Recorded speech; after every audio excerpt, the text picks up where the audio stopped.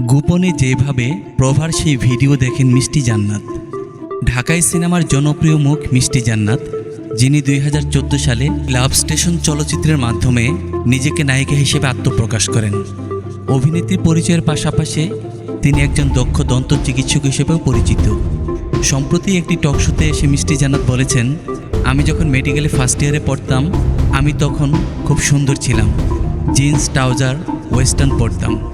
আমার স্যারেরা ভেবেছিল আমি মিডল ইস্ট কান্ট্রি থেকে আসছিলাম।